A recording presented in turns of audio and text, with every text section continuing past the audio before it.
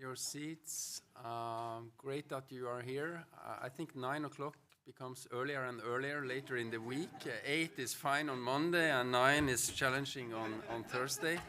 But we should start. We have a lot to cover here. And welcome to a very, very important topic, energy security in the Arctic region. So my name is Jan Gunnar Winther. I'm a moderator today. I'm in my normal life the director of the Center for the Ocean and the Arctic at UiT, the Arctic University of Norway. And this side event is hosted and organized by Nordic Energy Research, Troms County, and Tromsø Municipality. Turning to the topic of today, we all know this, but as a backdrop for the discussions, I would like to say that resilience and preparedness have become central pillars of policy and practice across the Nordic region. Yet in the Arctic, these principles are not just priorities, evolved over decades of navigating extreme conditions and rapid change. In a way, we know what we are doing, the ones that are living in the north, coping with all these difficulties. Arctic communities have long mastered the art of building societies that withstand adversity, adapt to uncertainty, and thrive amidst disruption. So what can we learn from our northernmost regions? Can these approaches be adapted and even exported to strengthen resilience in other regions facing new and complex challenges? This is one of the questions we will ask today. We have two panels today. They will shed light on what bridges North and the Nordic in particular, drawing on case studies, so we would like to be specific, and cross-sectoral collaboration. We will have experienced speakers from the Nordic energy sector and also Arctic municipalities to enlighten us on this complex topic.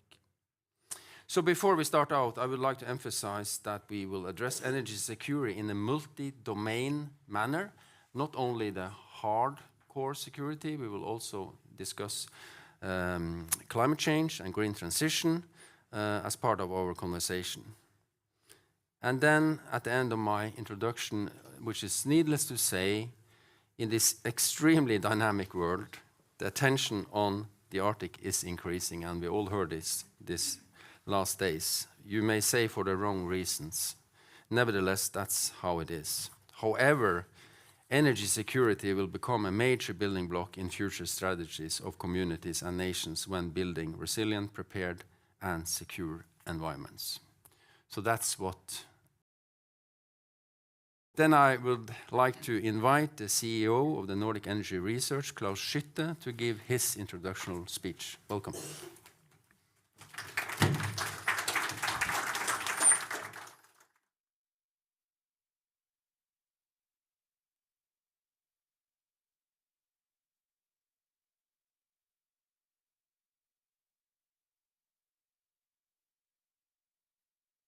And politicians and experts at this session. In the next few minutes, I will make three points. First, I want to underpin that energy is a vital factor for resilient Arctic communities.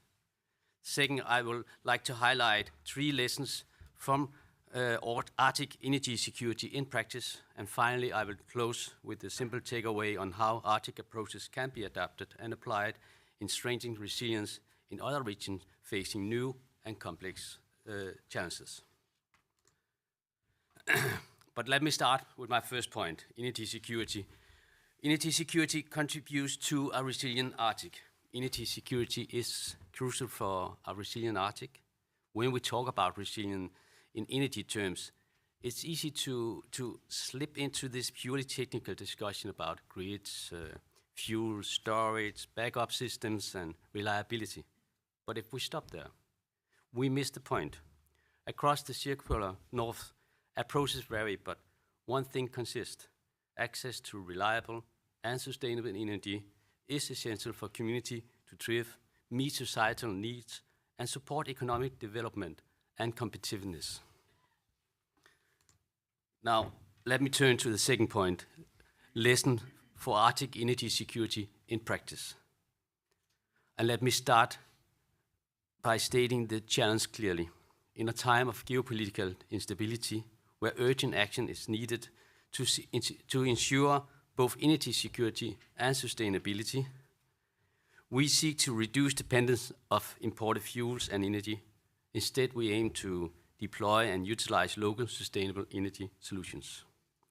Communities in the Arctic pay the highest price for import dependence, both financially and strategically. This is especially true for remote Arctic communities where imported fossil fuels traditionally have been the default for securing energy security. At the same time, resilience in the Arctic must include the ability to function without external connections. Many communities in the North Atlantic or the Arctic cannot rely on interconnectors or external backup at all times. Their energy system are remote system operated as islands.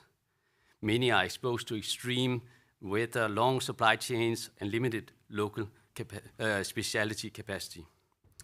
The environment and remoteness itself are becoming security stressors. Therefore, compared to a wider Nordic region, this requires a different security logic. So my first lesson that we have drawn from the Arctic is that going green increases resilience. Imported fuels means long supply chains. They mean exposure to price shocks. They mean its dependence on actors and logistics outside of local control. Local renewables reduce these risks. But one thing that we also learned is this: renewables deliver security only if flexibility grows with them. So the resilient package is not just renewables. It includes hybrid system based primarily on renewables, but with firm backup. It includes storage sizes for realistic risk scenarios, not just daily balances. It includes fuels and spare parts inventories that reflect Arctic logistics, and it includes robust island plans that assume interconnectors may fail, not that they will always be available. So lesson one is to treat the green transition as a resilient strategy. Let's go to lesson two. In remote and island system, self-sufficiency is security, sometimes sovereignty. In much of the Arctic, system failure is not merely inconvenient, it can make society unworkable. In communities in Greenland or in isolated islands such as Svalbard, failure of the energy system does not just cause discomfort, it can halt the function of the society, and in worst case scenarios, it could even lead to evacuation. That reality fundamentally changes how we design energy system.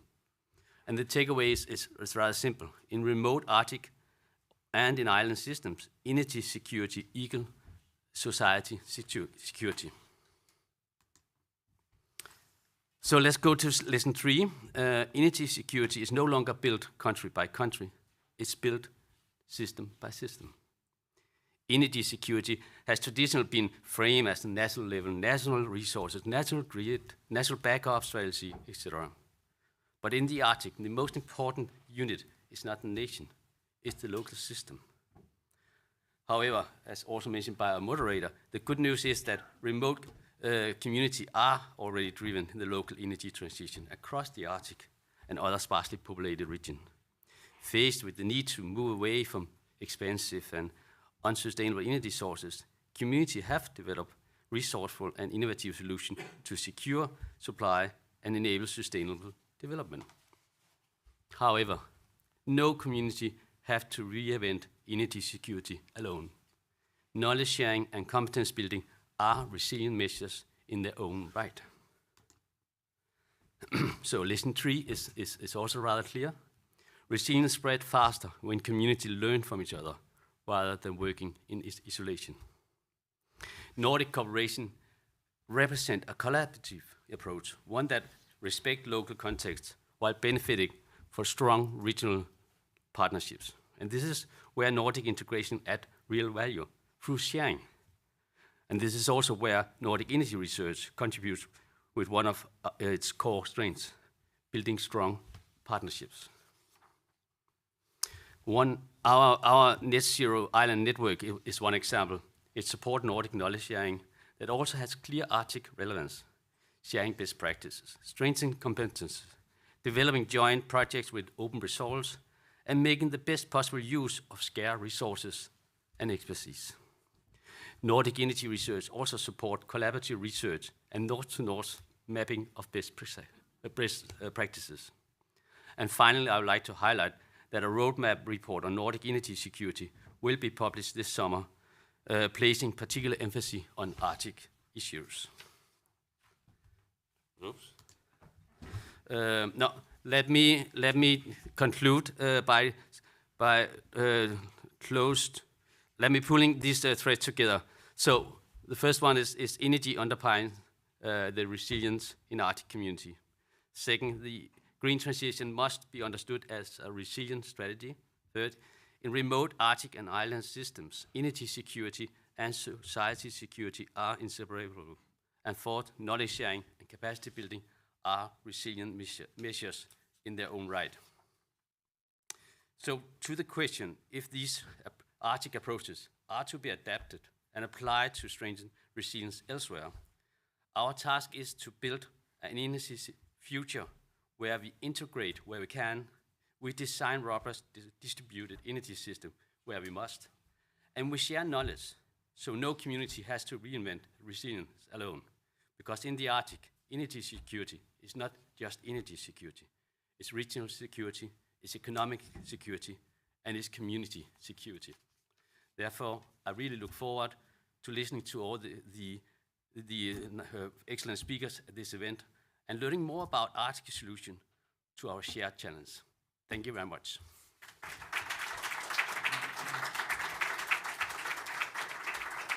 Thank you, Klaus. Then we will start with panel 1, and I think I will invite all 3 of you up here, so the rest can see you, watch you.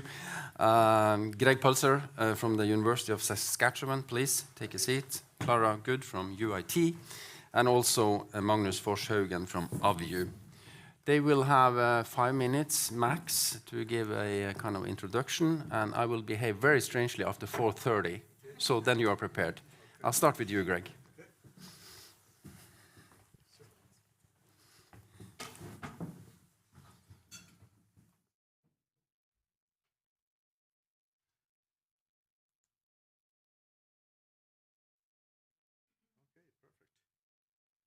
Yeah, thank you very kindly for the invitation on such an important topic. And I'm going to be talking a little bit, I was invited to talk a little bit around a toolkit and resource that we're developing. And it's situated within this broader cooperative project called CASES, Community Appropriate Sustainable Energy Security, which has partners from Alaska, Norway here at UIT, and then in Luleå, at Luleå Technical University, across 4 countries that we've been working. And that's just a picture of my hometown now, Saskatoon, Saskatchewan. And I know for the Nordics, it's just a brutal name to try and pronounce. I tell the story very quickly. I'll need to borrow extra 30 seconds for the story. But a couple in Minneapolis Airport. We have direct flights to Saskatoon. Anyhow, American couple sees this other couple dressed strangely in January. And the wife asks her husband to go over and ask those people, where are they from? He doesn't want to go, they're strangers. She says, no, go. And so he finally relents after 5 minutes. Okay. He saunters over to the other couple and he says, I don't mean to be intrusive. Where are you people from? And he says, the other husband says, Saskatoon, Saskatchewan. So he turns around, goes back to his wife. She's all excited. She says, so what did they say? Where are they from? He goes, I don't know. They don't speak English.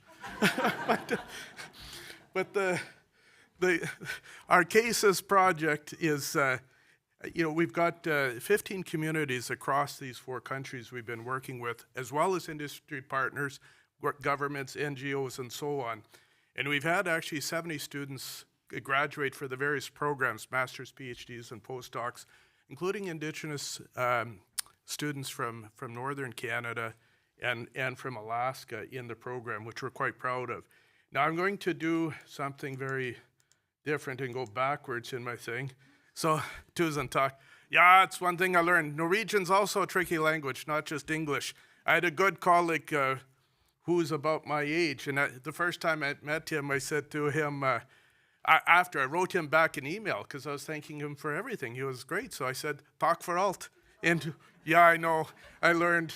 But so the energy and Arctic futures. And so to Klaus's point, you know, that it's not just about secure energy systems, but it's also leveraging sustainable new economic opportunities, but they need to be grounded. We see these kind of issues come up in northern Norway, northern Sweden and elsewhere, grounded in local and indigenous values. Those got to be core and built into the decision-making processes. So one of the things that we're looking at when we're looking at this, and we wanted to introduce the idea of gross community product, not just the notion of gross domestic or gross national product. So you're including market and non-market values when you're doing these kind of holistic, whole of community approaches to understanding sustainable development and how energy interventions, how we use the energy system to do that. In a lot of the, as Klaus's talk just talked about, many communities face energy insecurities, even larger ones as we're going through these kind of transitions. So how do you get to sustainable development? And part of it is looking at these enablers and constraints everyone in this room will be familiar with, but leveraging these, this is a crazy good opportunity. Challenging times, but here is a once in a generation opportunity, quite frankly, to leverage energy systems for sustainable development for where people live. Oh shit, okay. Now, so, yeah, I know it's Generation X, my son tells me all the time. But anyhow, energy paradigms, it's, millennials quit laughing. And anyhow, basically we have four kinds of grid systems. The remote communities, which describes the communities across Greenland, all of rural Alaska, much of northern Canada, both the provincial and territorial north, and so on, Russia.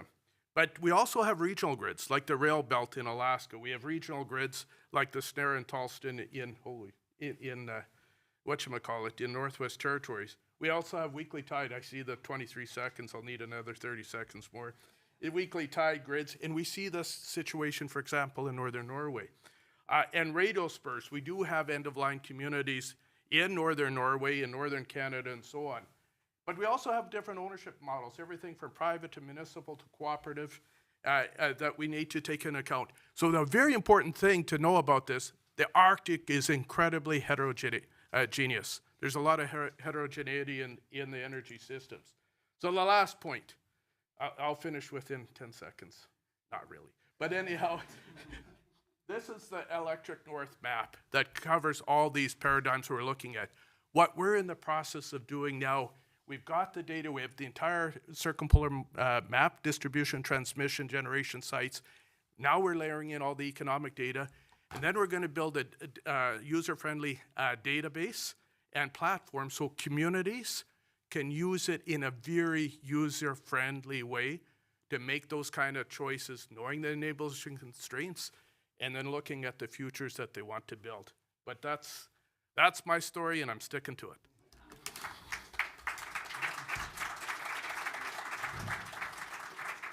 Thank you, Greg, from Saskatoon in Saskatchewan. And I'm tempted to say thank you for everything. So far, we'll go back to you later. And then we turn to Clara, please.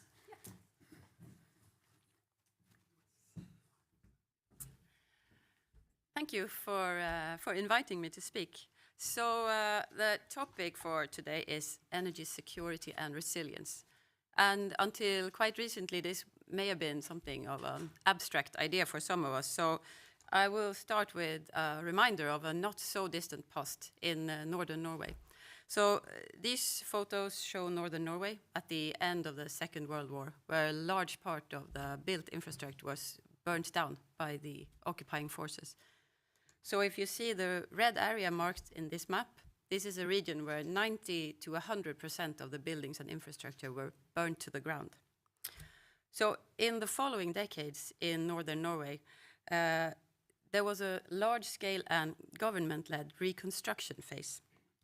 And during this period, up to 13,000 new homes were rebuilt, and they were built according to a limited number of pre-approved type drawings. So the built environment in large parts of northern Norway is still characterized by these so-called reconstruction houses, or gjenreisningshus in Norwegian. And some examples of these houses that you see in this photo from the city of Hammerfest in Finnmark. And they were built in a period of great scarcity, and many are today in need of refurbishment and energy upgrades. So I'm going to present a few insights from a project called Northern Homes that deals with how reconstruction houses can be refurbished for energy efficiency and energy self-sufficiency. And in particular, we have been working with building integrated solar roofs. So we were thinking that these houses, they were part of rebuilding Norway in difficult times, and can they also be a part of rebuilding our communities today to sustainable communities? So that's the idea behind our project. And if we look a little bit closer at these houses, we see that they are generally quite simple. The roof shapes are quite simple, and they are relatively steep.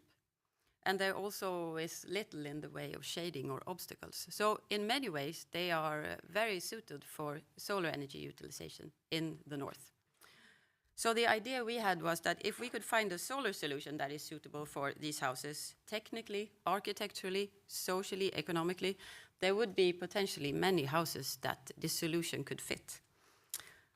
And I should say that initially the focus of this project was not on energy security or resilience, but as we have worked for some years with this, it's become increasingly central.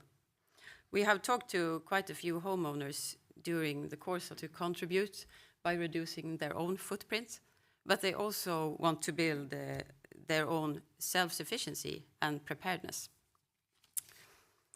So we wanted to investigate in this project how citizens and communities can participate in the energy transition. And in particular, we wanted to see what the barriers were for solar installations and how these barriers could be mitigated. So we have worked with a privately owned pilot house, which is the reconstruction house that you see in this video here. And in this video, you also see a solar roof installed as a hands-on learning experience for local building professionals, together with one of our project partners, Solskiffer, who is the producer of these solar slates that you see being installed here. So solar energy has so far not been a big thing in northern Norway. And what we have found out in our project is that the most important reason for this is economic. So in northern Norway, the electricity prices, they have for many years been low. There's been a secure energy supply. So there has been really little reason for people to concern themselves with energy refurbishment or having your own energy supply. The economic risk is also for the building professionals who want to try out a new technology when frankly, no one has requested it. So the economic barrier is one thing, but we have also found other barriers. And let's see if I have another video. Yeah. They include a lack of knowledge. So many people believe that solar energy doesn't work in the north. There's also a lack of local expertise or competency about solar energy in the local building sector. And this also consequently leads to a lack of examples for others to see. So combining these three is kind of a negative spiral. So we wanted to do something about that, and we wanted to involve local communities and local. So the status now is that we have performed this installation. We are monitoring the house in terms of energy production, energy use, and we are also following up with interviews with both the house owner, the building professionals who were involved in this installation, the municipality, and also other community members and neighbors and other owners of these types of houses. So the goals that we have is to create a solar solution that is adapted to these houses and that can be used by many. But we also want to help municipalities and citizens and the building professionals to find best practices and best processes of doing more of these types of installations. Thank you.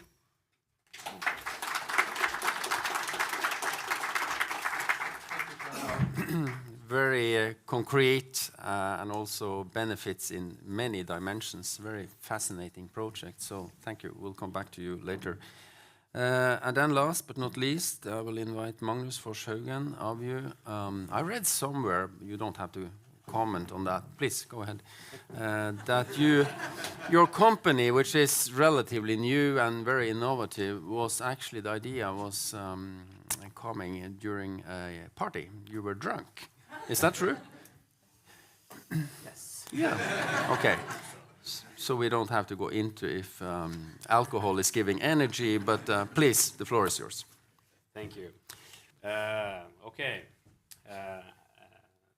Sisu, Finnish word. Very hard to translate to any other language, but I will do my best. And I'm sorry for if there are any Finnish people here in this room that I have stamped on your power word. But Sisu is a word to describe a person's determination, stamina, and willpower to get stuff done. And that is what requires to build a startup in the Arctic region. My name is Magnus, and for the next 5 minutes or so, I will be talking about our innovative journey and what we do to make Norway and our allies a more safer place to be. So, every story has a beginning, and this is ours. It started with a simple drawing on a piece of paper, and then evolved into some simple animation for helping us trying to explain what our idea was supposed to do.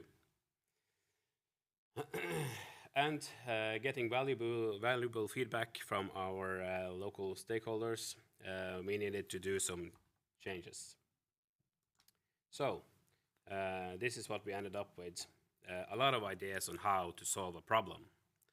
And the problem at this stage was to remove snow and ice from the power grids.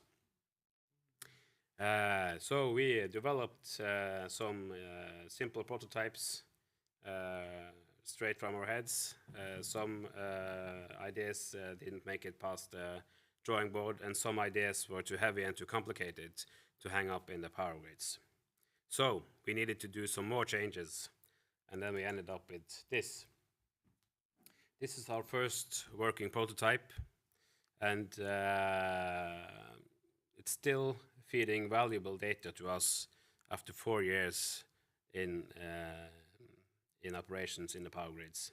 So, developing this kind of technology that will last forever in a power grid, because the utility companies don't want to use a lot of time hanging up and down the units again. So it's not cheap.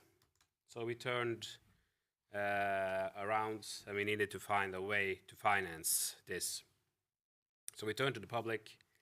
And on a side note, the gentleman, not Popeye, but the other guy, our first meeting with the officials in public financing, luckily he was formerly working for a utility company, and he told us that, guys, you need to apply for this, and I will guarantee you will get the funds to get started this company. And so we did. And some of you may not see the link between Popeye and public financing, but we all know what happens to Popeye when he gets the right fuel. He gets super strong and can do almost anything he would like. So, this is where we are today, and this is how strong we are. We have 2 offices, one in Alta and one in Tromsø. We are 14 employees, and we have 28 pilot customers. 30% of the Norwegian markets We are established in the US market as well, and we are expanding to Finland, Sweden, and Germany as we speak. And this is what we ended up with technology-wise. This is a unit packed with sensors and cameras, and by combining all the data we collect, we can provide powerful data not only for the utility companies to safeguard the power grids, but also for the people responsible for national security. So, and these are the areas we are looking into today. Quite frankly, the infrastructure is already there, so why not use it for its fullest potential? And of course, as there's still war in Europe, and the energy infrastructure is always one of the biggest targets, that's why this is so important, and why we are so proud to be a part of NATO Diana, working with the best and brightest people in the world to create a service and a product that will safeguard not only this country, but also our allies. So, what's next?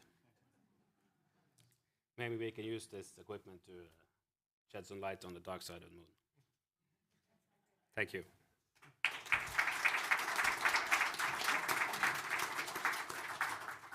It's very inspiring listening to your journey.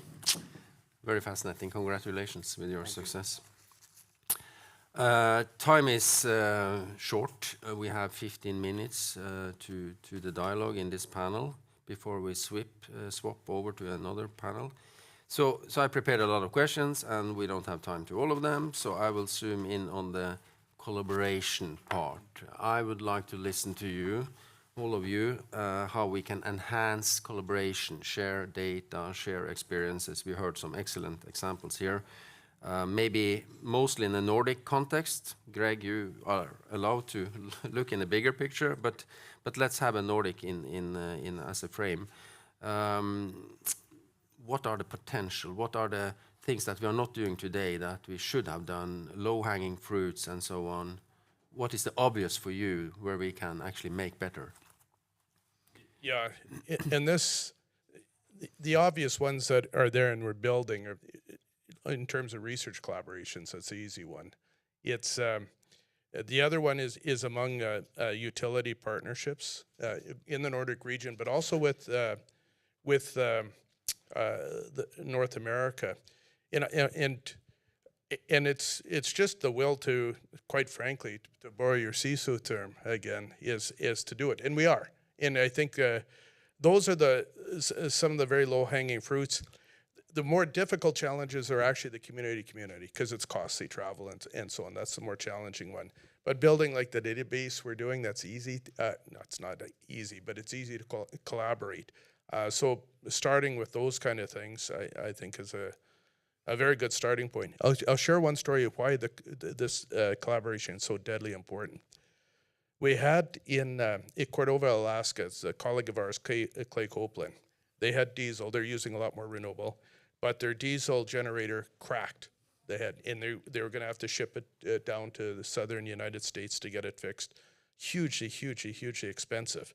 But because of the collaboration at a conference from the Northwest Territories and Nunavut, he said, you don't need to do that. We stitch her, like when the cylinders crack. And it saved them hundreds of thousands of dollars. Very, very simple solution through that kind of collaboration. Those kind of things are low-hanging fruit. But let me be a little bit the lawyer of the devil here, because you said research collaboration is easy. Is it?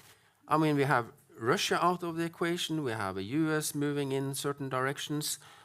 We have also discussion in academia about a lot of issues and challenges when it comes to the security agenda and the civil society research agenda. How can academicians really go into that complicated space? And some have different kind of ideology here. And so is it that low-hanging? I think I believe you, but I just wanted to push you a little bit on that. Yeah, I think it is. And it's like Woody Allen once said, 90% of success is just showing up. And for example, just before we were here, my colleague Berit Christofferson and we were out in Kautokeino and Hammerfest and working with both community folks and industry folks and so on. But it's a matter. People are willing to work. It takes time. You've got to be willing to invest. Within the academy, of course, there's less reward for doing all the engagement and more reward for the publications. But one of the things, if you think of it from a perspective of lowering transaction costs, and this is where collaboration can be super helpful. There's data the Alaskans have that we don't have, or even when it's publicly available, you don't know where to find it. They know we know where to find our stuff in Canada. Same thing with the Norwegians, Swedes, and so on. But even in Russia, I'll dare say, there's actually opportunity here. We had a postdoctoral fellow she's from the Sakha Republic, Yakutia. And when we were building all the Russia data, stuff that you can get publicly, but she could ground truth by reaching out to colleagues in Russia itself. And so those opportunities, and we're doing it. We couldn't have produced that kind of a map. Department of Defense from the United States 10 years ago asked us for our first one. We shared that with Natural Resources Canada.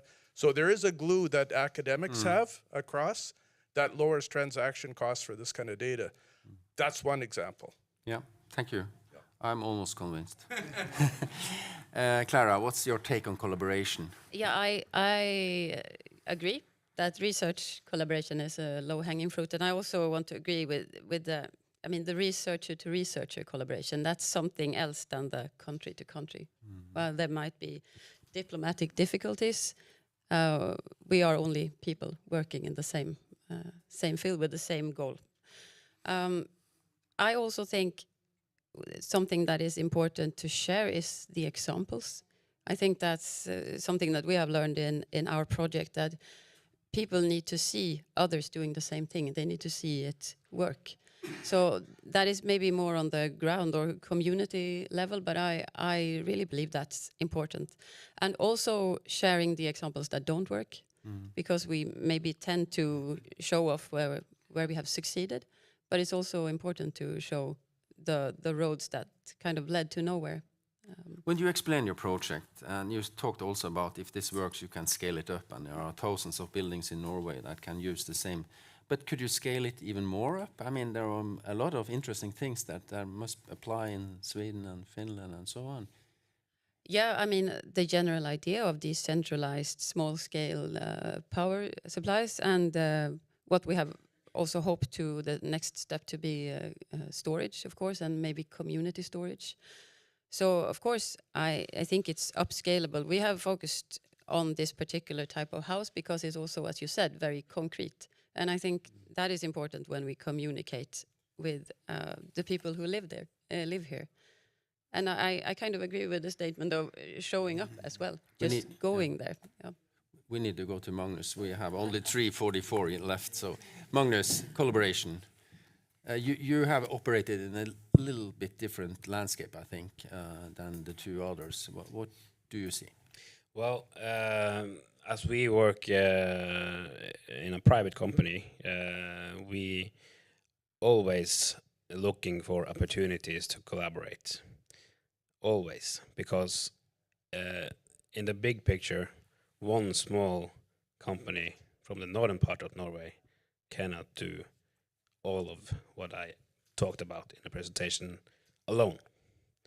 So we are working cross borders, cross counties, municipalities, and everything to make sure that we reach our goals.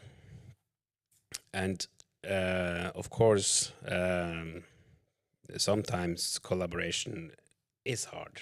It's that's just how it is. But can I ask you how difficult was it to move from, if I understood you correctly, from solutions for the civil society, civil sector in Norway Energy, and into a NATO security room space? I mean, the transition there, was that complicated? Well, not that complicated as it looks, because we are doing the same thing regardless of what our customers looks like. So we are hanging up equipment in the power grids and taking pictures and situation awareness and doing all the measurements that we need to do in the power grids. So the only thing we had to do is to change the one who's paying for all the data. So the transition is very easy for us. But security clearance you need. Security clearance, of course, you need, but in our line of business, that's always an important focus. Okay, thank you. We are less than 2 minutes from the end, so I think I will wind up this by giving you 30 seconds each, maybe starting with Greg and your take-home message to the audience. One of the big message here is enormous opportunity, and working together actually lowers transaction costs. And I want to get your business card over after for SAS Power. No, but this kind of solution. So this is the value of the collaboration, and the other point you made, the demonstration effect, is critical because people don't believe it. The same with the heat pumps in Saskatchewan. People didn't believe it. They say, "Oh, it only works to -5." Bullshit. We put it in our house, and you got to demonstrate. We can run it down to -30, no problem. We've reduced fossil fuel by 80%. So this demonstration, getting it out there, but the collaboration lowers transaction costs big time. Thank you. Clara? Yeah, I would like to emphasize the importance of the people who are actually doing the work, that we have the expertise locally and we don't have to import it. And also people who are able to do maintenance on the technology, because we have the technology. So it's the implementation part, and then we need people here who can do it. Thank you. Magnus, last. Well, if we are going back to the low-hanging fruits again, then there's a difference between low-hanging fruits in the northern parts, in rural areas, compared to big cities. So I would like to say for the Arctic region, keep on pushing what you're doing, and always search for opportunities to collaborate with other genius partners. Stamina and persistence and will. Thank you so much. Big hand to you.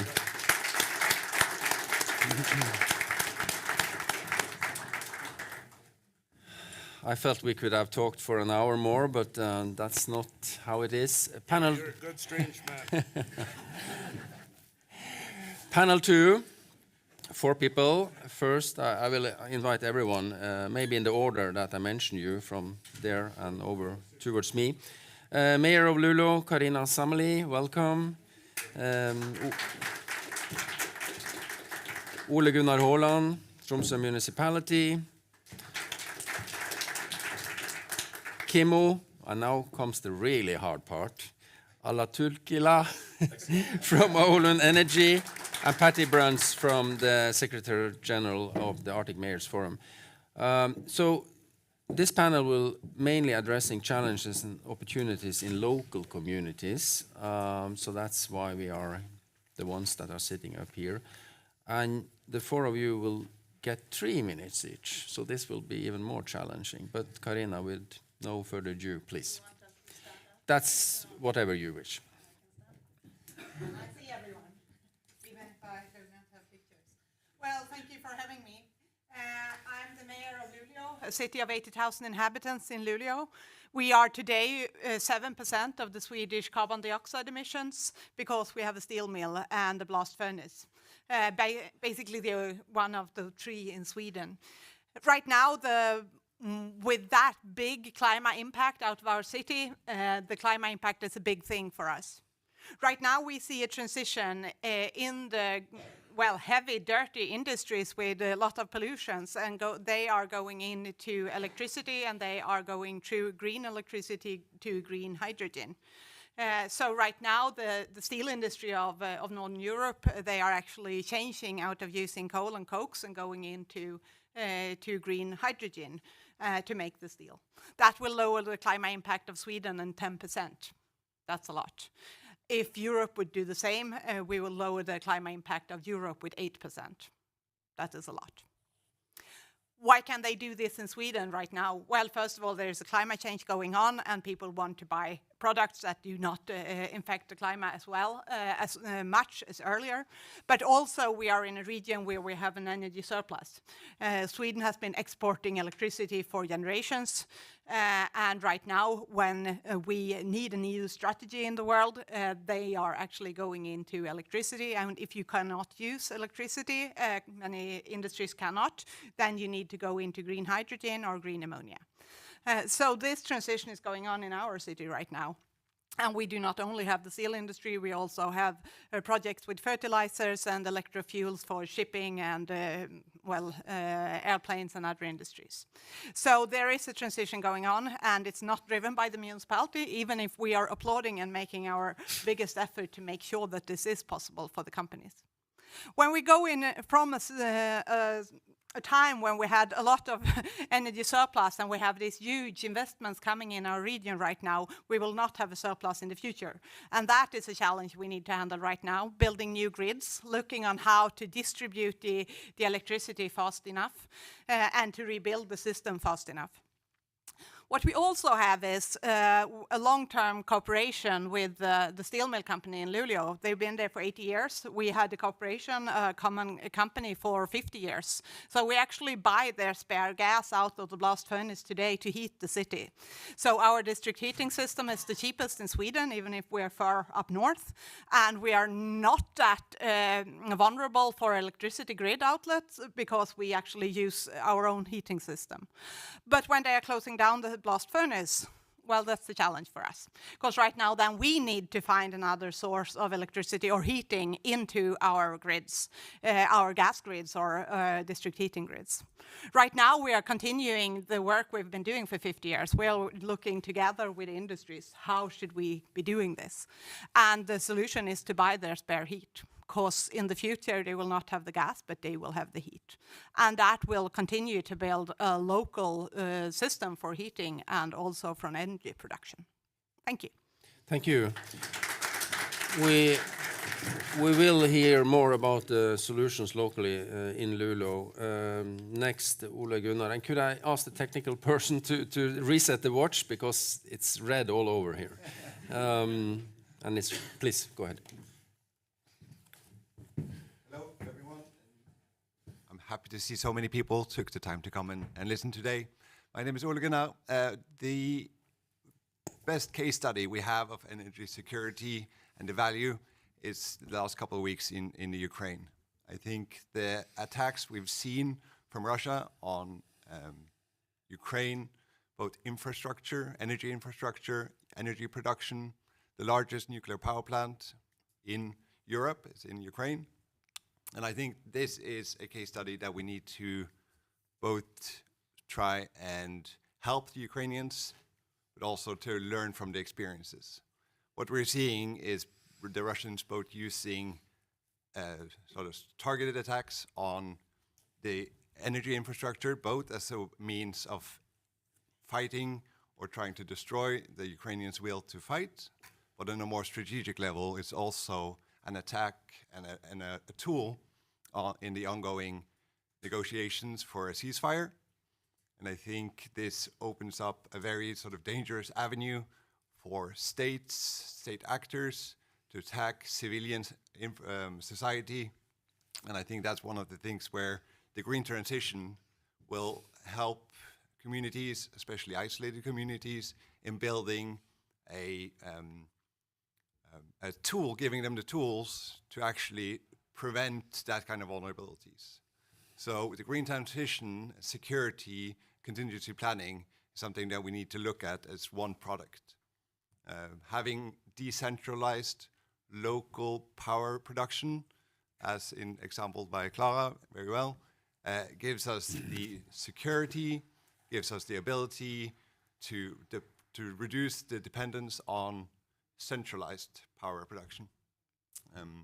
I think this is one of the avenues that needs to be both contributed or sort of encouraged, but I also think there needs to be some systematic approaches to see how can we improve security and at the same time work towards more sustainable communities. And Tromsø will hopefully be one of the communities that will lead the way. So looking forward to the conversation, and thank you. Thank you.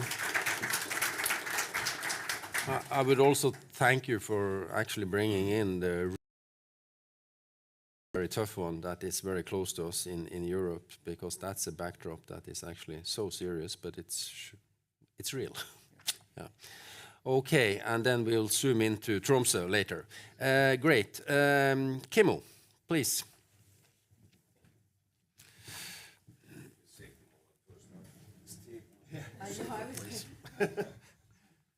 Yeah, thanks for having me. My name is Kimmo Latulkkila, heading new business development within Oulun Energy, which is a city-owned energy company here up north, or in our case, we are locating in the middle part of Finland. But one of the biggest energy companies in Finland, we are on a mission to decarbonize the future, leaning on production based on biomasses, waste to energy, wind and solar. Now we are looking for how the hydrogen could help us within this path. We are also aiming to utilize excess heats from different sources. One of the recent achievements, we made a huge deal with the Finnish company called Nokia to recover the excess heat from the newest investment within Oulu. They made this kind of a 5G, 6G R&D center investment in Oulu. Those are the examples that we can provide, but those are concrete steps towards this cleaner future. And we somehow differ from other energy companies. We develop also hydrogen project on our own together with our partner, and we are aiming to e-fuel production to decarbonize the maritime. And as Oulu is a port city, we have possibilities to do that within Oulu. And for example, giving you the quantities of hydrogen regarding Oulu, there's 5 projects under development at the moment, up to 2 gigawatts of electrolyzer power. And on top of that, it can be done only with the wind and solar power.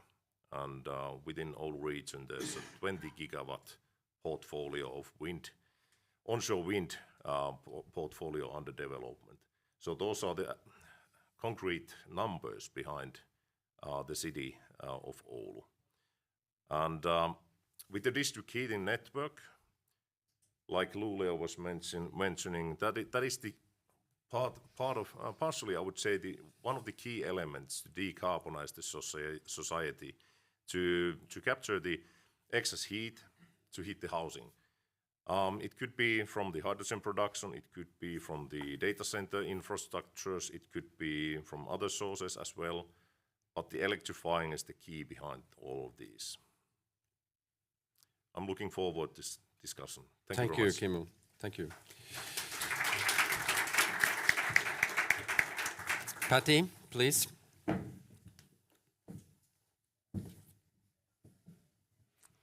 Bring that down to my level. Very brave of you to have 2 Canadians on your panel this morning. I'm not as funny as Greg, but maybe we can do some stand-up later. Good morning, and thank you for having me on this panel. I'm Patty Bruns. I'm the Secretary General of the Arctic Mayors Forum. The energy landscape across the Arctic, as we've heard, is incredibly diverse. So energy security has different meanings to each of our members. Having said that, I think it is clear to all of us that local communities are really on the front line of energy security and resilience. Energy security is not just a theoretical issue. It's a daily reality with very real consequences for people's safety, health, and livelihoods. For some of our members in the North American Arctic, energy security relies on access to shipped-in energy resources like propane and diesel, which Greg referred to earlier. And for those who have renewable grids, changing weather patterns can impact supply, especially in winter months. And I see one of our members, Ben Hendrickson from Yellowknife here, and yesterday on a panel he mentioned that even after living through the experience and consequences of the 2023 Yellowknife wildfire, which was, of course, devastating for the community, evacuating 20,000 people, has some long-term impacts for everybody there. But he says that his real nightmare scenario is different, that it's actually losing power at -35 for 2 weeks. And this is really what energy security looks like on the ground. Inuvik, further north in the Northwest Territories, is another one of our members. And Peter Clarkson, the mayor there, earlier in January had to issue an advisory to restrict energy use to his citizens because delays in propane shipments caused by extreme weather elsewhere led to energy shortages. So as you can see, it's a very different reality in North America than maybe in the Nordics. So we see here that energy security is about having resilient grids that are secured from cyber and military threats. And we know that the surge in cyber incidents targeting energy systems is not abstract.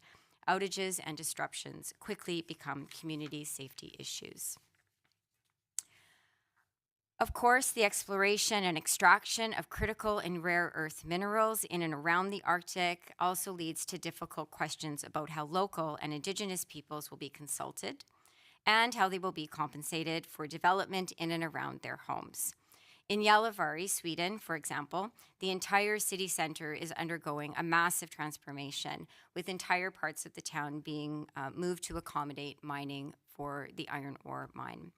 Mayor Birgitta Larsen has said firmly and explicitly that the project will only be successful if the community is bought in, and that it's impossible to rebuild a city without support from local people. So these are just some examples of what energy security means in practice for our mayors. One of the things that we hear repeatedly in all conversations, and especially those around energy, is nothing about us without us. And projects cannot succeed without free, prior, and informed consent from Indigenous peoples and without genuine buy-in from citizens. Energy sovereignty is another serious concern. People living in the Arctic do not want to be dependent on unreliable supply chains for energy. Local and Indigenous leaders and citizens must have meaningful power over how infrastructure is developed and also managed. And when there are energy-related crises, municipal governments are often the first responders.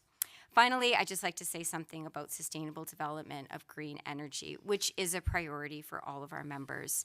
The climate crisis is not a future threat. It is a lived reality for our members. And many Arctic communities remain dependent on fossil fuels. This is just a reality. But there is strong agreement that transition to green energy is also a priority.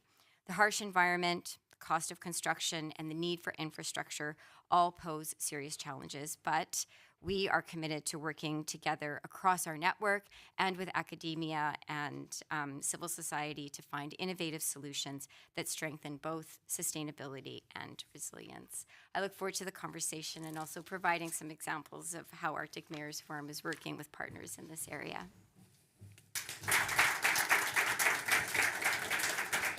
Thank you, Patty. Of course, we like Canada and Canadians. It's good. It's almost part of the new Nordic. Almost. Almost, yeah, these days. I think I will start with the community perspective, and then this goes to Carina and Ole Gunnar. Carina touched upon concrete examples where security and green development can go hand in hand. I think also you should do that, but I will try to be a little bit difficult here, trying to ask the complicated questions. I will follow up. If you don't touch upon it yourself, I will follow up and ask you, have you any examples or experience where green transition initiatives actually challenges or even weaken security? That will be my follow-up, but please go ahead first, because everyone, and Klaus said it, going green increases security. I think most of us believes that, but I wanted to dig a little bit into that. Is it that easy? Is it always that green and security can go hand in hand? Well, the answer is, of course, no. If it was that simple, you wouldn't need politicians. Then it was like just do the research and find the solutions. It's always about the conflict. And everything we do is basically... Do you hear me through this? Good. It's always a conflict. I see these big industries making investments in my hometown. It affects people. And the one who need the new power grid going into Luleå through their backyard, they are not pleased. No matter if they are indigenous people or just regular Lulebo living in the city, they are not pleased. So there is a conflict between what's good for the ones who live here, who want to go out in the woods here, or if they should have a power grid, or if they should have a hydrogen, or if we need to rebuild the total harbor and people have to sell their houses because it will be too loud when the steel companies come. Can I just, yeah, okay, so that's the traditional kind of conflict of interest, where you come in with something new, green transition, renewable, and different. But my question was really, for the hardcore security, is a green shift development in your community, in your municipality, sometimes that the green initiatives actually challenges the ones that are concerning the security? I wouldn't think so, but in the same time, there is I mean, the devil is in the details. There's always a conflict when you need to do something. Right now, we're rebuilding our harbor for new energy systems coming in, and also we have an Air Force base in Luleå, and they need the harbor for their use. And then we have like two measures of security at the same time, and the industries, they are actually heating the city, and that's a security issue or the safety issue for everyone in our city. And then we have to balance, like, who is the first in line here? Is it that our planes can go up if the war's coming? Well, that's probably quite good. Is it if we will have heating, if it's minus 35 degrees and we have a big power outage? Oh, that's probably security as well. So yeah, we do it in the details every single day, I would say. And then you have to balance it. Okay, what is important? And the solution is often, or our solution is, get everyone in the same room to understand the same issue, because then you can find the solutions, because people are smart and they want to help out other people, but they need to understand the problem. And then you have to like put all the experts in the same room and they're like, we need this, and then other ones like, we need this. That's not suitable enough. Can I just one last follow-up on your side? At least in Norway, the military wants to go green, so find green solutions. Energy is obvious, but also other things. Do you see that the same solutions are in a way selected from the military side and the civil society side? Because that is also a question about resilience and robustness. If you use different systems and whatever tools, then they don't match when we really need them to play in concert. Is that a real issue for? They are connected, of course. Then, as I said, I have the Air Force, and the green fuels on the air base thing is not really there yet. But yes, we definitely see it, that they want to use the same system as we do, because that's easier. It's easier to make sure that we have an electricity and heating system for the whole city, but also the Air Force base, instead of them making a separate one. And then we conquer about who should have the energy if we are in a shortage. So, and we do not have shortages because we have very stable nets. So I'm not that worried about that, but things can happen, of course. Okay, thank you. Kimmo, you wanted a short comment on that, because then Ole Gunnar will follow. Yeah, only a short comment regarding this green transition and how it affects on the security side. The dependencies that we create within this field, that is the key topic behind this, because the green transition usually is based on new technology, and the technology creates us the dependency. And the dependency is something that we need to take into account when we select those methods to create this greener future. I think I will come back to that, because in our conversation before this, you mentioned this, and it's highly interesting. I'll pick up that again.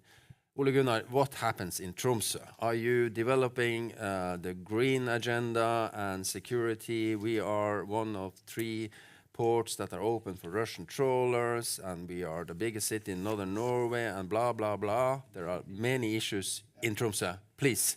I'm happy to. I'll find one sort of a case study that is, of course, transportation. Most Arctic communities, municipalities are dependent on interconnectedness through local transport. So for Tromsø has the regional hospital.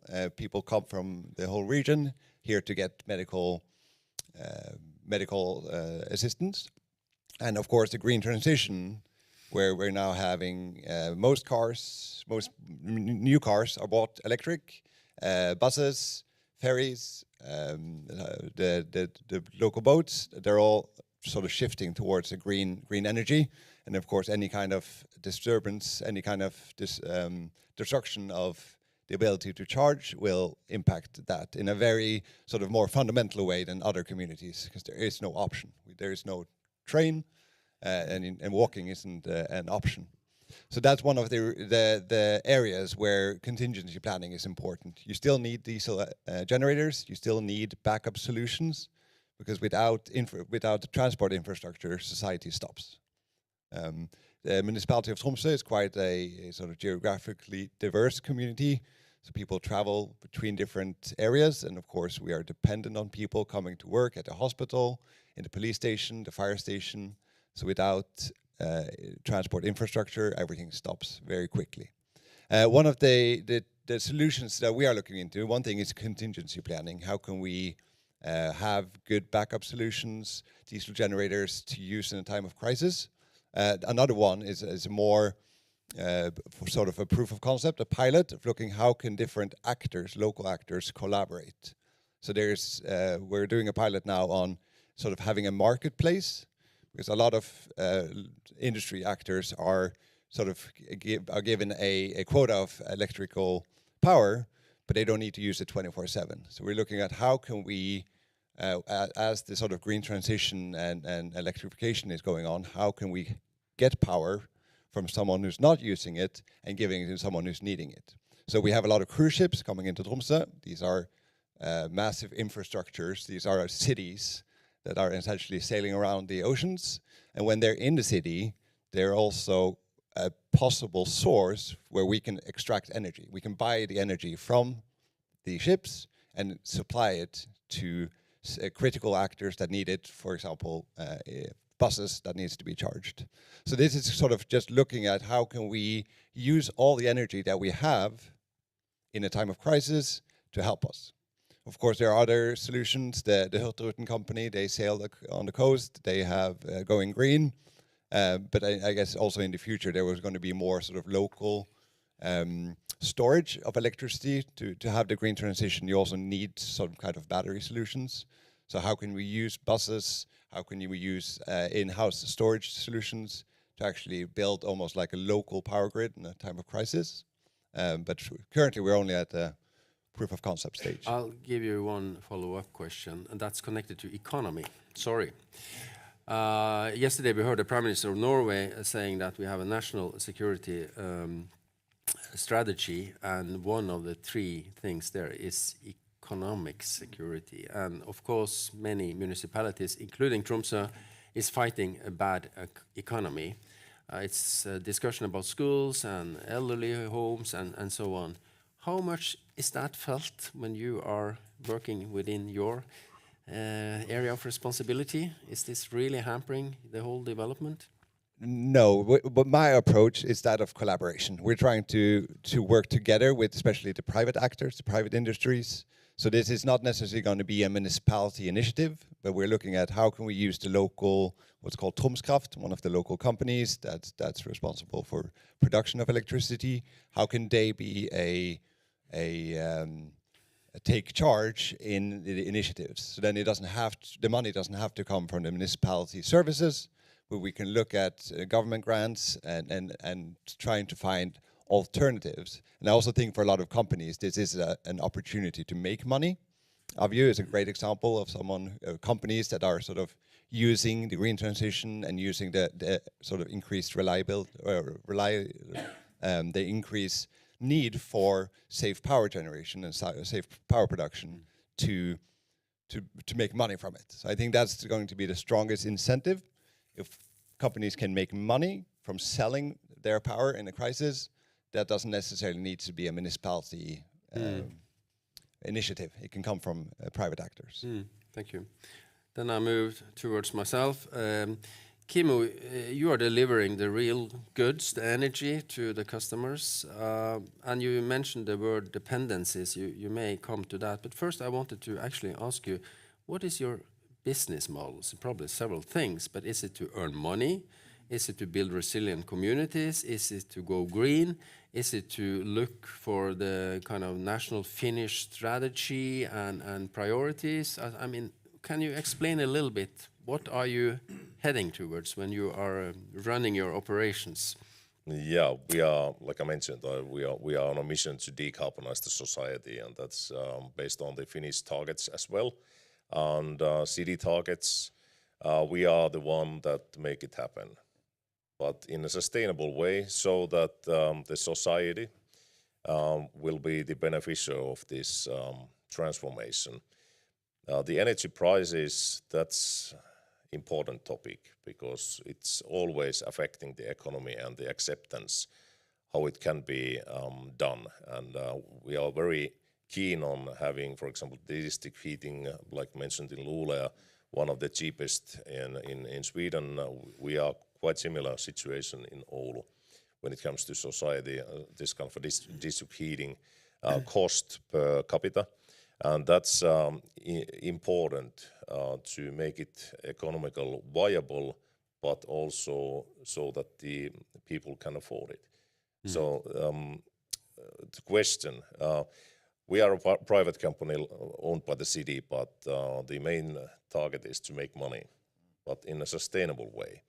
And also forming the future so that we can create new business approaches, new business areas, to fulfill the needs for the future possible requirements. For example, cooperating quite deeply in the business field. I mentioned that's important to us. It's like a proof of concept, proof of work, what we can do together. We included, for example, that kind of generator capacity within the network as a service for them. And that's public reference, so can I mention. Including the businesses into society and into investment, we cannot do this on our own only. We need those partners. We need cooperation. We need city stakeholder cooperation. We need business cooperation. And that is the only way to build the sustainable, resilient future energy system. Would you mind explaining a little bit more in detail what you meant with the dependencies? The selection of the technologies is crucial when you are creating new technology investments. Who is the counterparty you are playing with? What is the manufacturer of the devices? What is the raw material coming from? Where is it coming from? And what kind of dependencies you are creating with this new investment portfolio, for example? In the case of this kind of somehow different situation than the normal situation, this like in Ukraine, for example, which party you can count on when it comes to technology and raw materials. And that's crucial when we create the sustainable future, resilient future. We need to take into account this kind of a topic. Who are you talking with when you are making that decisions? Are it the local government, the state? Yeah. We have some guidelines from the local governments, but also we need to be certain that we can manage within that kind of a situation. We need to take into account that our investments can be proved that those are resilient in that sense, that those spare parts can be achieved, found in that kind of a situation where we cannot trust all of the counterparties. We need to select the right counterparties and to select the partners that we deal with. Very briefly, Karina, does this resonate with you? And then you have to be, because Pat is... Yeah, definitely. Yeah. I think we could basically work together because it's the same situation and the same work you need to do. Yeah. Okay, good. Thank you. And then, Patty, we heard panel 1 talking about collaboration, sharing data, experience, and so on. And you have a look over the whole Arctic, and of course, it's the different mayors and cities and so on. But can you describe to us the kind of trend development? Is there any active kind of measures taken to increase that kind of collaboration, communication? I mean, can you explain it? You mean, what are we doing? Yeah. Yeah. Yeah, I definitely can. So I would have to say that what we see is a growing willingness and desire for cooperation to increase.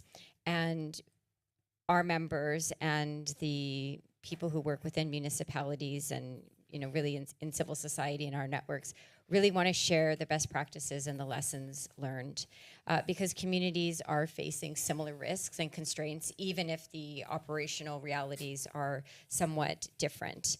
And that is essentially the heart and soul of what the Arctic Mayors Forum is trying to create, which is to facilitate these partnerships through our platform and try to figure out ways of sharing experiences and solving the challenges that exist. How do we do that? Well, we are the Arctic Mayors Forum, so we do definitely provide opportunities for our mayors and community leaders to get together to talk about the things that are on their mind. That's incredibly important.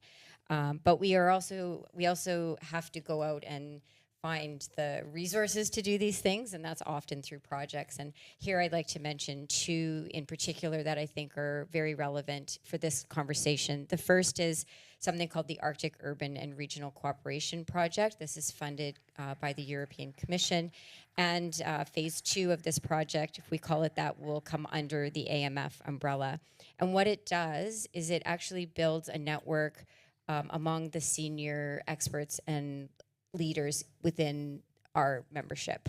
So we get people together to talk and learn from each other. We go on study visits where we deep dive into a particular topic that they themselves have chosen. So this isn't top down, it's very much bottom up. The second one that I would just like to mention is something that we launched a couple days ago called the Enhancing Northern Connectivity Project. This is funded by the Nordic Council of Ministers, and this project is about resilience and preparedness. So phase 1 of the project doesn't explicitly look at energy security, but we are, in fact, already developing phase 2, where we have spoken with Nordic Energy Research and other partners about how to bring this conversation into this project. And really what this project is about is connecting the Nordic Arctic and the North American Arctic on topics of preparedness and resilience through experts, through local people, taking into consideration indigenous knowledges and local knowledge as well. So these are just some of the really concrete examples of things that we're doing, but it's all about collaboration. So Greg's doing this work on cases. I can't wait to follow up with you. I think we should be integrating that into the work that we're doing. We need to be having online or in-person sessions when possible to deep dive into these things so that the map that Nordic Energy Research is going to be developing is explained and really demonstrated to our decision makers. How can we use this information to make the lives of our people better? Thank you. Welcome. Yeah. We will, for 10 minutes now, kick out the moderator, myself, that is, and we will bring in Mari. And the reason for that is that the youth perspective has not really been prominent in our discussion. And there was an Arctic Frontiers Open a couple of days ago, wasn't it? And you will take some of the discussion there into this room, and maybe you can even challenge these relatively grown-up people sitting here. Mari, please. Thank you so much. Thank you guys for having me. My name is Mari, and I'm working with Tromsø as a European Youth Capital of 2026. And today we have, I've been sat here listening for over an hour to adults talking. And the word future has been mentioned 10 times. The word youth has been mentioned, do you want to guess? 0 times. And I hope, I hope everyone in this room agrees that the youth is in fact the future. Otherwise, you and I need to talk and I will explain basic biology to you. But there are some challenges with engaging the youth. I know this, I work with this every single day, and we try to get youth involved in everything. So, how do you guys plan on getting people in general, but the youth especially, on board with the green shift? How do you get them to adapt to the changes that we have to make? Well, I'm happy to jump in because this is something actually that Arctic Mayors Forum works with a lot is young people. And we have held for 4 years now ahead of the Arctic Circle Assembly either a policy hackathon or an Arctic Futures workshop with young people. And what we're hearing from what we try to do with that is to take the policy recommendations that are produced and owned by our cohorts and really try to amplify those things. And we're really working hard with our partners now to figure out, including True North 2026, but Trump's Fylke and others, to figure out a way to retain and iterate on the policy recommendations that are coming from young people.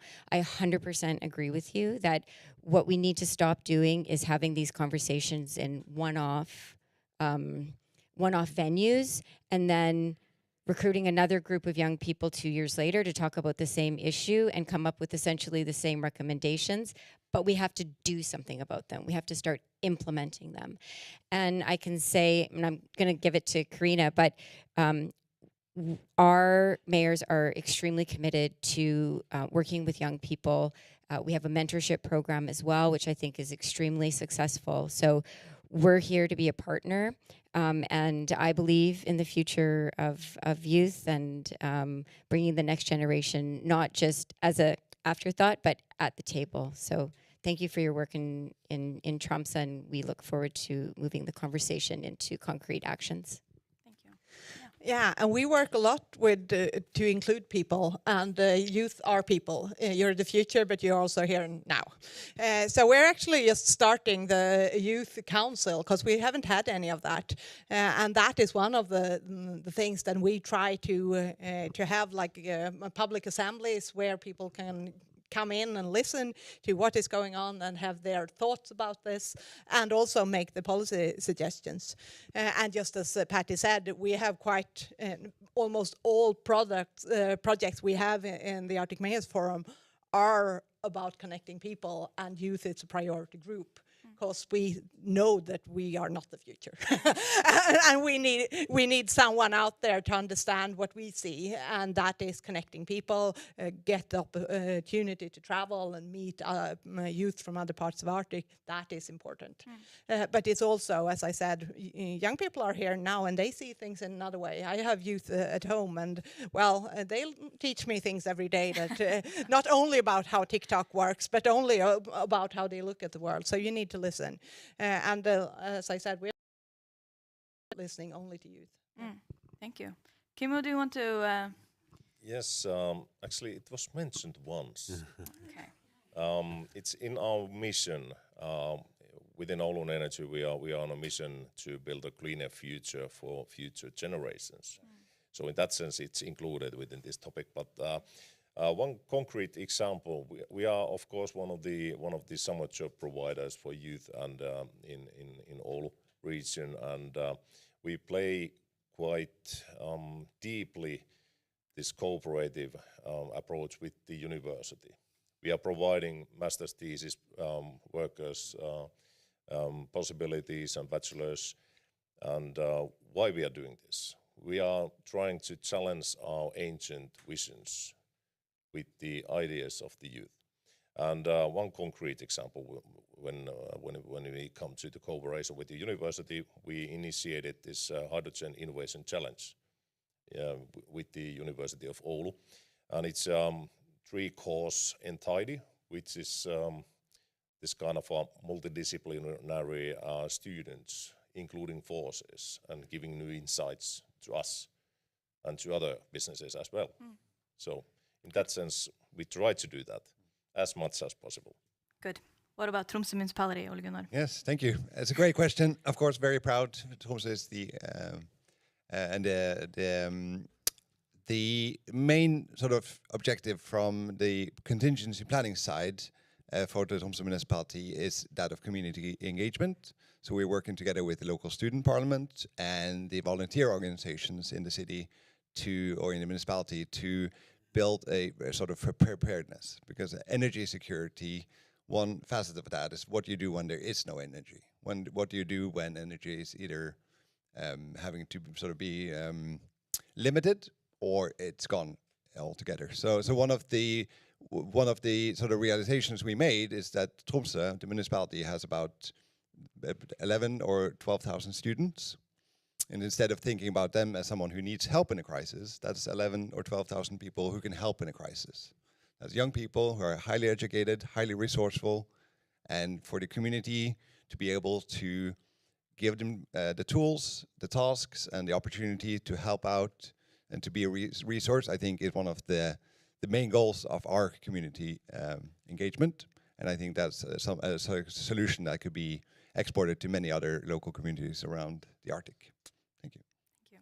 Yeah, Patty. I just wanted to jump in and say that the most important thing that we do when we think about youth is to work together. So we need to work together in business and in municipalities and in research to share the knowledge that young people have in these different sectors, just like we do in older sort of organizations. We still have to find a better word for elders, olders, not sure, ancient. But I just also, and on that sort of partnership and preparedness sort of theme, picking the things in our Enhancing Northern Connectivity project is we're going to be working with the Red Cross in Greenland, the Anua project, and they have this incredible psychological first aid training where they go into communities and they actually have psychological first aid training for young people. And why is that important? Well, it's important because young people can support other young people, but when crises happen, they can also participate actively and take some ownership over helping their communities. And we know that that keeps young people in communities when they feel connected to their communities. And through the project, we're going to be taking that knowledge and having these trainings in other parts of the Arctic. And slowly, we're hoping to grow this network of young people who have psychological first aid training so that they can help themselves in their communities and also in times of crisis help the society in general. So we're really committed to this, and it's all about collaborating and having those conversations. Thanks. Thank you. Thank you guys very much for answering questions from the youth perspective. It's very important that we all remember the youth in our work because the youth are the future. Thank you. I'll ask you one question, if that's okay. Yeah. They seemed quite convincing, or what do you think? I mean, I hope that everything that you guys have mentioned today is true and that you're actually working with this and that you're taking the young perspective or just seeing how important the young people are. So yes, I want to say that I think you guys are very true in what you're saying, and I do believe you guys. But I also think that we all need to remember that we can always do better, and we can always do more. We can always include more people when we're talking about how to create new policies, to invite young people into dialogues and questions about what do we do, how do we do this? Because a lot of young people have a lot of good answers. Yeah. That's true. Thank you, Mari. Thank you, Karina, Ole Gunnar, Kimmo, Patty. And thank you for the Nordic Energy Research, Tromsø County and Tromsø Municipality for arranging this. And thank you for listening. So then it's completed.